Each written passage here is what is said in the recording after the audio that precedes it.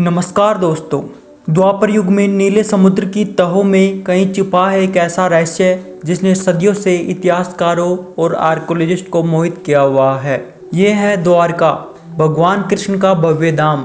कहा जाता है कि इस नगरी की चमक सूर्य से भी ज्यादा तेज थी और यहाँ के वैभव की तुलना स्वर्ग से की जाती थी। लेकिन आज द्वारका सिर्फ कहानियों और किंवदंतियों में ही जीवित है। समुद्र के विशाल गर्भ में गुम हो गया है ये अद्भुत शहर। क्या वाकई में द्वारका समुद्र में कहीं छिपा है या ये सिर्फ एक खूबसूरत कल्पना है? महाभारत ग्रंथ के अनुसार द्वारका को भगवान विश्वकर्मा नामक एक दिव्य वास्तुकार ने बनाया था। यह शहर न सिर्फ खूबसूरत था बल्कि अत्याधुनिक तकनीकी से भी लैस था। कहा जाता है कि द्वारका के महलों में स्वचालित दरवाजे थे और वाहनों को खींचने के लिए घोड़ों की जरूरत नहीं थी, बल्कि वे किसी अदृश्य शक्ति से चलते थे। लेकिन इतने वैभवशाली शहर के साथ क्या हुआ? द्वारका के विनाश का रहस्य क्या है? कथाओं के अनुसार एक बार ऋषि दुर्वासा द्वारका के निवासियों से क्रोधित हो गए थे।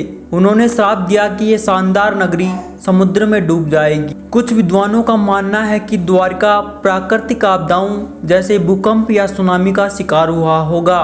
पिछले कुछ दशकों में समुद्र की गहराइयों में प्राचीन शहर के अवशेष मिलने की खबर आई है। गुजरात के तट से कुछ दूर कुछ ढांचे देखे गए हैं जिनके बारे में माना जाता है कि वे द्वारका के अवशेष हो सकते हैं। लेकिन क्या ये वाकई में वही द्वारका है? और अगर है तो क्या ये ऋषि दुर्वासा के श्राप के कारण ही समुद्र में समा गए? कहानी यहीं खत्म नहीं होती है। कुछ प्राचीन ग्रंथों में इस बात का उल्लेख मिलता है कि द्वारका का विनाश एक रात में नहीं हुआ था, बल्कि ये धीरे धीरे समुद्र में डूबता गया।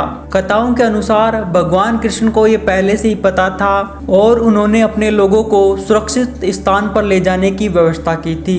द्वारका की खोज के लिए कई अभियान चलाए गए जिनमें से कुछ को सफलता भी मिली है। गुजरात के तट से कुछ दूर समुद्र में कुछ ढांचे देखे गए हैं जिनका कार्बन डेटिंग किया गया और ये संरचनाएं काफी प्राचीन है। आर्कियोलॉजिस्ट का मानना है कि अवशेष द्वारका के हो सकते हैं, लेकिन पुष्ट प्रमाणों की कमी है। आधुनिक तकनीकी की मदद से वैज्ञानिक प्राचीन ग्रंथों के वर्णन और हालिया खोजों को मिलाकर द्वारका का 3D मॉडल तैयार करने की कोशिश कर रहे हैं। क्या आने वाले समय में सचमुच द्वारका का रहस्य सुलझ पाएगा?